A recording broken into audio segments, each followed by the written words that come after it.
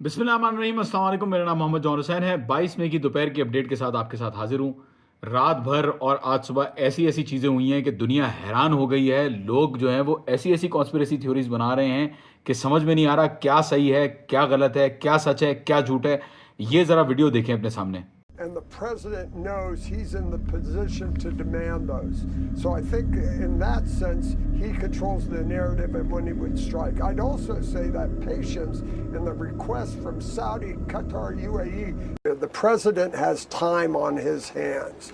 He controls the narrative, he controls the strike capabilities, and he knows that ये जो आप video देख रहे हैं ये रॉबर्ट हावर्ड की है। रॉबर्ट हावर्ड को बॉब हावर्ड भी कहा जाता है। ये एक एक्स नेवी सील हैं और फॉक्स न्यूज़ के ऊपर आके ये इंटरव्यू दे रहे थे। और कॉन्स्पिरेसी ये है कि ये बॉब हावर्ड है ही नहीं, ये कोई बंदा है जो बॉब हावर्ड का मास्क पहन के आया हुआ है। और इसके ऊपर लोग कॉन्स्पिरेसी थ्योरी ये बना रहे हैं कि भाई पहले जो बाइडेन था उसको भी काफ़ी दफ़ा मास्क पहन के सामने लेके आ गए थे। माइक पॉम्पेयो को काफ़ी दफ़ा जो है वो सामने लेके आ गए थे मास्क पहना के। अब ये तो नहीं कह सकते कि पहले जो था वो सही था या नहीं था, लेकिन ये जो आप सामने देख रहे हैं ये वीडियो अभी भी यूट्यूब पे मौजूद है।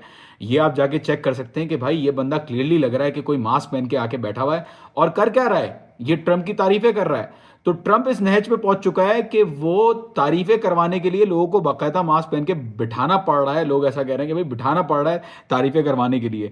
तो इसमें हैरानकुन बात है या नहीं है, ये आप क्वेश्चन कर सकते हैं, क्योंकि सीआईए की बाकायदा एक चीफ ऑफ डिस्गाइज है। सीआईए का एक डिपार्टमेंट बना हुआ है, उसका काम ही ये है कि वो डिस्गाइजेस बनाए, मतलब मास्क बनाए, ये चीज़ें बनाए जिससे पता ना चल सके कि इंसान जो है वो आपके सामने असली है या नकली है। ये सब क्या देखना पड़ रहा है? अच्छा है मैं अंधा हूं। एक सीआईए की फॉर्मर चीफ ऑफ डिस्गाइज हैं जोना मेंडेस। उन्होंने एक इंटरव्यू में ये चीज़ जो है वो कही थी कि Joana Mendes president George W Bush के पास गई मास्क पहन के। जॉर्ज डब्ल्यू बुश को वो जो है वो पता ही नहीं था कि एग्जैक्टली जोना मेंडेस मास्क पहनी हुई है, और वो हैरान हो गया देख के। तो आज की दुनिया में आपको बिल्कुल नहीं पता कि सामने जिस बंदे से आप बात कर रहे हैं वो वाकई में एग्जिस्ट करता है या मास्क पहन के कोई जो है वो आपके सामने आया हुआ है। और सीआईए के पास ये टेक्नोलॉजी काफ़ी टाइम से है। बहरहाल अब अगर ईरान की बात करें, ईरान की हम काफ़ी सारी बातें करेंगे। पहला, सीएनएन की खबर आई है कि ईरान ड्रोन्स बना रहा है, उसकी क्या हकीकत है उसके बारे में बात करेंगे। दूसरा, हम बात करेंगे यूनाइटेड स्टेट्स इसराइल से 2 गुना ज़्यादा, मतलब इसराइल को डिफेंड करने के लिए अमेरिका इसराइल से 2 गुना ज़्यादा इंटरसेप्टर्स यूज़ कर रहा था और इसराइल ने अपना स्टॉकपाइल जो है उसको बचा के रखा। इसके बारे में बात करेंगे।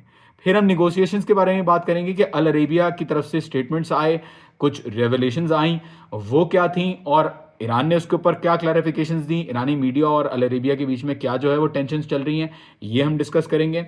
और पहले अगर सीएनएन की खबर की बात करें, देखें सीएनएन की खबर आई है कि ईरान ने अभी से अपना रिस्टार्ट कर दिया है ड्रोन प्रोडक्शन। अब पहले तो ट्रंप कह रहा था और ये सब लोग कह रहे थे कि ईरान की सारी फैसिलिटीज तबाह हो गई हैं, कोई ड्रोन नहीं बना सकते, कोई मिसाइलें नहीं बना सकती। अब खुद ये कबूल कर रहे हैं कि ईरान जो है वो ड्रोन्स बना रहा है, और ना सिर्फ ड्रोन्स बना रहा है बल्कि इतनी तेजी से बना रहा है। सीएनएन की जो खबर है वो 4 यूएस के इंटेलिजेंस के लोगों से ली है इन्होंने। इतनी तेजी से बना रहा है कि सीएनएन कोट करता है, the Iranians have exceeded all timelines the IC had for reconstitution. मतलब इंटेलिजेंस कम्युनिटी ने जो एक्सपेक्ट किया था उससे बहुत ज़्यादा तेज़ी से सारी एक्सपेक्टेशंस जो है वो क्रॉस कर दी हैं ईरान ने। मैं आपको बता दूं, इसके अंदर हैरानकुन कोई बात नहीं है। 2022 के अंदर तस्नीम न्यूज़ की रिपोर्ट है, आप जाके चेक कर सकते हैं कि डिफेंस मिनिस्टर ने, ईरान के जो डिफेंस मिनिस्टर थे उस वक्त जनरल ब्रिगेडियर जनरल मोहम्मद रज़ा आश्तियानी, उन्होंने बाकायदा डिक्लेयर किया था कि 5,000 से ज़ायद कंपनीज जो हैं वो काम कर रही हैं ईरान की डिफेंस इंडस्ट्री के अंदर। तो आप अंदाज़ा लगा सकते हैं कि ईरान कितनी तेज़ी से, इस वक्त मैं आपको बता दूं कि ईरान जितना एक्सपेक्ट किया जा रहा है उससे ज़्यादा तेज़ी से जो है वो मिसाइल्स बना रहा है और ड्रोन्स बना रहा है और नई नई टेक्नोलॉजीज भी बना रहा है। इतना भी बता दूं जिसको वक्त के साथ आपको पता चल जाएगा। अच्छा, अब इसके ऊपर अगर हम दूसरी खबर पे आए, दूसरी खबर क्या है? दूसरी खबर ये है कि अमेरिका इसराइल को डिफेंड करने के लिए इसराइल से 2 गुना ज़्यादा इंटरसेप्टर्स जो है वो यूज़ कर रहा था जंग के दौरान। ये खबर क्यों इंपॉर्टेंट है? क्योंकि ये दिखाती है आपको कि अमेरिका की प्रायोरिटीज़ क्या हैं। भाई मैं आपको बता देता हूँ पूरी खबर क्या है। वॉशिंगटन पोस्ट की खबर है कि यूनाइटेड स्टेट्स ने 200 से जायद terminal high altitude area defence, थैड जिसे कहते हैं, थैड इंटरसेप्टर। थैड इंटरसेप्टर वो होते हैं जो मिसाइल ईरान की तरफ से आ रही है या ड्रोन आ रहा है उसको इंटरसेप्ट करने के लिए, उसको रोकने के लिए एक दूसरी मिसाइल भेजी जाती है। 200 से जायद थैड यूज़ किए और इसराइल ने कितनी यूज़ किए? इसराइल ने जो है वो 100 से भी कम अपने जो एरो इंटरसेप्टर्स हैं वो यूज़ किए और 90 से भी कम डेविड स्लिंग इंटरसेप्टर यूज़ किए, जबकि अमेरिका ने ना सिर्फ 200 से ज्यादा थैड यूज किए बल्कि 100 से ज्यादा स्टैंडर्ड मिसाइल 3 और स्टैंडर्ड मिसाइल 6 इंटरसेप्टर्स भी यूज किए, जो कि नेवी की जो शिप्स खड़ी हुई हैं उनके थ्रू रोकने के लिए मिसाइलों को जो है वो यूज की जाती थी। तो भाई बात सारी है कि इसके ऊपर भी हैरान नहीं होना चाहिए। अमेरिका को और इसराइल की पहले से रिलेशनशिप 10 साल का उनका अग्रीमेंट हुआ भाई कि 3.8 बिलियन डॉलर्स हर साल इसराइल को मिलेंगे, और ये 3.8 बिलियन डॉलर्स तो मिल ही रहे थे, लेकिन काउंसिल फॉर फॉरेन रिलेशंस कहती है कि इसराइल को 300 बिलियन डॉलर्स मिल चुके हैं अब तक मिलिट्री एड और असिस्टेंस के, इकोनॉमिक असिस्टेंस के अंदर, अगर इन्फ्लेशन को एडजस्ट किया जाए तो। और इसके अंदर वो सारे एक्स्ट्रा पर्क्स शामिल हैं। नंबर 1, सप्लीमेंट्री जो इनको मिलती है एड, मतलब एक्स्ट्रा एड जो मिलती है। गाजा वॉर के दौरान जो इन्होंने बमबारी की है गाजा में, उनको 8.7 बिलियन डॉलर्स, 8.7 अरब डॉलर का अप्रैल 2024 में जो है वो एड मिला।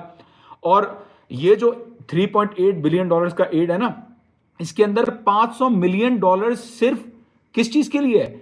मिसाइल डिफेंसेस के लिए भाई। मतलब अभी जो हालत हुई है वो ये हुई हुई है कि इन्होंने बोल दिया खुद से, इनके एनालिस्ट जो हैं, इनके जो एक्सपर्ट्स हैं, वो खुद कह रहे हैं कि द नंबर्स आर स्ट्राइकिंग।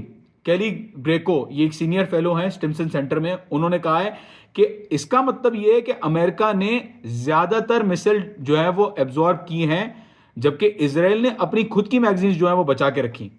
अगर देखा जाए तो अमेरिका की आधी मिसाइल्स यूज होना, ये आधी मिसाइल्स यूज की हैं अमेरिका ने, आधे इंटरसेप्टर्स यूज किए हैं, तो अमेरिका को तो दूसरी जगहों पे भी डिफेंस के लिए मिसाइल्स चाहिए थी, लेकिन इसराइल के लिए कुर्बान कर दी। वाह जी वाह। तो बात सारी ये है कि इसराइल और अमेरिका की रिलेशनशिप बहुत पहले से चलती हुई आ रही है। इसके ऊपर एक अलग वीडियो दरकार होगी भाई। 751 फॉरेन मिलिट्री सेल्स की जो है वो केसेस इस वक्त पेंडिंग है। 2025 के अंदर ये रिपोर्ट हुआ था बाय द वे।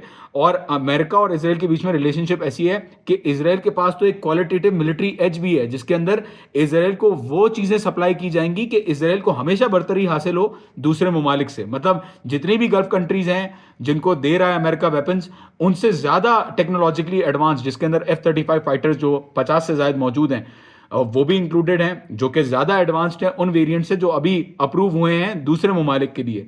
और ये नहीं समझे कि गल्फ ममालिक जो हैं वो बहुत ज्यादा दूध से धुले हुए हैं। इसराइल ने अभी इस साल अपने डिफेंस के बजट के अंदर जो है वो डिफेंस बजट में प्रोपोर्शन जो उसका हिस्सा है उसको बढ़ाया, और उसके अंदर 36 अरब डॉलर का इंटरेस्ट शो हुआ था इसराइल को, जिसके अंदर से 6 अरब डॉलर्स के बॉन्ड्स इशू किए गए। उसके अंदर कौन शामिल था? 300 कंपनीज शामिल थी। कहां से? 30 ममालिक से। ये 30 ममालिक, इसराइल खुद कह रहा है कि इसके अंदर गल्फ ममालिक शामिल हैं और कुछ ऐसे ममालिक शामिल हैं जो इब्राहिम अकॉर्ड्स में थे। तो यूएई की तरफ तो इशारा है, यूएई और बहरीन की तरफ, लेकिन आप सोच रहे हैं कि किस किस ने इंटरेस्ट जो है वो जाहिर किया होगा और इसराइल की जो मिलिट्री है उसको बजट में हेल्प की होगी।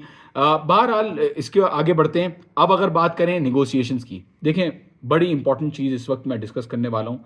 बहुत सारी चीज़ें इसके ऊपर हुई हैं, जाहिर सी बात है अभी डील हो जाएगी, कुछ घंटे में डील हो जाएगी। पहले वो बाराक रेविट जो एक्सियोस का है वो ये बातें करता था और उसके ऊपर ऑयल के ऊपर जो मार्केट की मैनिपुलेशन है वो नज़र आती थी, ऑयल प्राइसेस गिरती थी। इस दफ़ा जो है वो अल अरेबिया कह रहा है, और अल अरेबिया की ये खबर आने के बाद ऑयल जो है वो $96 पर बैरल हो गया, $96 पर बैरल हो गया। कहाँ वो 105 से ऊपर चढ़ा था और उसको नीचे ले आए $96 पर बैरल के ऊपर। तो जाहिर है खबरों के अंदर एक ये एलिमेंट तो है, लेकिन कुछ बातें सही की अल अरेबिया ने, कुछ बातें जो है वो एग्जैजरेटेड की। क्या बातें की अल अरेबिया ने? अल अरेबिया ने ये बात की कि इमीडिएट अनकंडीशनल सीजफायर होगा ईरान और यूएस का, जो कि सही बात है। Halt to all military operations होगा, बिल्कुल सही बात है। म्यूचुअल प्लेजेस होंगे सिविलियन, मिलिट्री और इकोनॉमिक इंफ्रास्ट्रक्चर के ऊपर, शायद हो सकता है सही हो, शायद हो सकता है सही ना हो। रिस्पेक्ट है स्टेट सॉवरेंटी की, ठीक है। नेविगेशन प्रोटेक्शन होगी गल्फ के लिए, स्टेट ऑफ हॉर्मुज के लिए और सी ऑफ ओमान के लिए। अब यहां पे उन्होंने क्या किया? यहां पे उन्होंने बॉल जो है वो गलत खेल दी। स्ट्रेट ऑफ हॉर्मुज के ऊपर ईरान ने बोल दिया परमानेंटली चेंज हो गई सिचुएशन, और वो ओमान के साथ मैकेनिज्म बना रहे हैं, स्टेट अथॉरिटी बना दी ऑलरेडी। जाहिर सी बात है सैंक्शंस में कोई रिलीफ मिलेगी परमानेंटली तो ही समझ में आएगा कि ये मामला कहीं हल हो सकता है।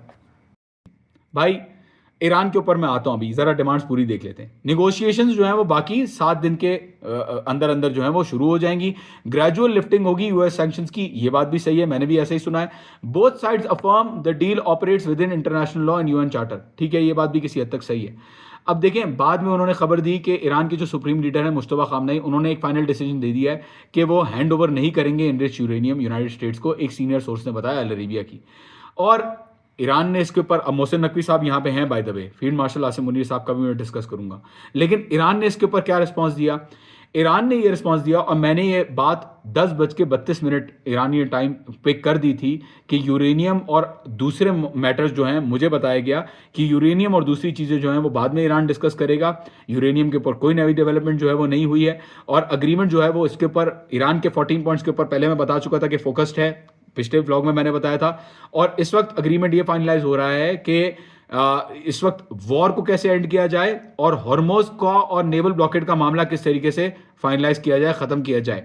मैंने व्हाट्सएप चैनल के ऊपर बताया था कि despite Al Arabiya's reports, I have been informed that the agreement has still not been finalised. Agreement अभी तक फाइनलाइज नहीं हुआ, जबकि अल अरेबिया क्या कह रहा था कि बस ड्राफ्ट आ गया है, कुछ घंटों के अंदर जो है ना वो डील हो जाएगी। ऐसा नहीं है, आप मार्केट के अंदर जो है इस तरीके से मूवमेंट नज़र आ रही है। पता है सबको कि एग्जैजरेट करके चीज़ों को बढ़ा चढ़ा के दिखाया जा रहा है। ईरान ने अपना जवाब जो है वो सबमिट नहीं किया था उस वक्त तक, अभी तक किया है या नहीं मुझे नहीं पता, लेकिन उस वक्त तक बातचीत ही चल रही थी, उस वक्त तक कोई फाइनल ड्राफ्ट जो है वो डिसाइड नहीं हुआ था। आप व्हाट्सएप चैनल पे जाके चेक कर सकते हैं, मैं लिंक डाल दूंगा। मैं व्हाट्सएप चैनल पे कॉन्स्टेंटली अपडेट्स डालता रहता हूँ, म्यूट करके ज्वाइन करना, क्योंकि रात को खबरें आती हैं फिर आप लीव कर दोगे। तो भाई इस बात को थोड़ी देर बाद इरना ने भी कोट किया, और इस्माइल बकाई ने भी थोड़ी देर बाद जो है वो स्टेटमेंट जारी हो गया था उनका। इरना ने क्या रिपोर्ट किया कि इस्माइल बकाई ने कहा है कि none of the speculations raised in recent days regarding various aspects of negotiations between Iran and the United States can be confirmed. Confirm नहीं किया जा सकता किसी भी स्पेकुलेशन को, जो बातें चल रही हैं उनको कंफर्म नहीं किया जा सकता। उन्होंने ये बात कही और कहा, क्या कहा कि यहाँ पे क्लेम्स जो किए जा रहे हैं मीडिया के अंदर न्यूक्लियर मैटर्स के हवाले से, वेदर इनरिचमेंट और enrich material are merely media speculation and lack credibility. ये जो न्यूक्लियर इनरिचमेंट की आप जो बातें कर रहे हैं, मीडिया जो बातें कर रहा है, ये स्पेकुलेशन है और इसके अंदर कोई क्रेडिबिलिटी नहीं है। बकाई ने फिर कहा, जो स्पोक्स पर्सन है फॉरेन मिनिस्ट्री के, उन्होंने कहा कि एक्यूरेट इन्फॉर्मेशन जो है वो हम खुद प्रोवाइड करेंगे, ऑथराइज्ड ऑफिशियल्स खुद प्रोवाइड करेंगे और स्पोक्स पर्सन खुद बताएंगे आके। तो यार बात सारी ये है कि हवा मचाना, ये सब बोलना कि अभी डील हो रही है, 12 घंटे में डील हो रही है, हो सकता है हो भी जाए कोई अग्रीमेंट इस बात पे कि हॉर्मोज का और ब्लॉकेड का मामला हल हो जाए, लेकिन इसका मतलब ये नहीं है कि बस डील हो गई और सब कुछ सही हो गया और जंग खत्म हो गई। ठीक है, फर्क है दोनों बातों में, पहली बात तो ये है। और सारी बात ये है कि इस वक्त तक, अभी तक जो मेरी इंफॉर्मेशन है, अभी तक कोई कंफर्मेशन नहीं है इन चीज़ों के ऊपर। कल भी मैंने आपको लास्ट अपडेट में कहा था कि भाई फील्ड मार्शल आसिम मुनीर आएंगे या नहीं आएंगे, ये बात अभी तक कंफर्म नहीं है। बहरहाल मुझे भी बोला था और ये कंफर्म भी किया गया था, ईरानियन मीडिया में भी कोट हुआ था कि आसिम मुनीर साहब जो हैं वो आ रहे हैं ईरान, मतलब कल उनको आना था लेकिन वो नहीं आए, हो सकता है वो आज आ जाएं।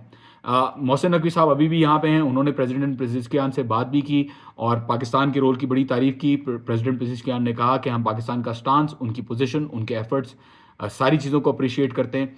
और अगर कोई फाइनलाइजेशन होगी, अगर बीच में अगर पाकिस्तान जो किरदार अदा कर रहा है वो ये कर रहा है कि अमेरिका और ईरान की बातचीत में फैसिलिटेट कर रहा है, अगर ऐसी कोई डील बनती है तो फील्ड मार्शल आसिम मुनीर साहब आएंगे, वरना वो नहीं आएंगे। इट इज़ अनलाइकली कि वो आएँ। बहरहाल ये वक्त ही बता सकता है कि क्या होगा, क्योंकि ज़ाहिर है जंग के दौरान कोई भी चीज़ चेंज हो सकती है, लेकिन जो भी अपडेट्स हैं वो मैं व्हाट्सएप चैनल के ऊपर रेडी डालता रहूँगा। अपना ख्याल रखिएगा, अगर कुछ होता है दोबारा तो आपके साथ आऊँगा। खुदा हाफिज़।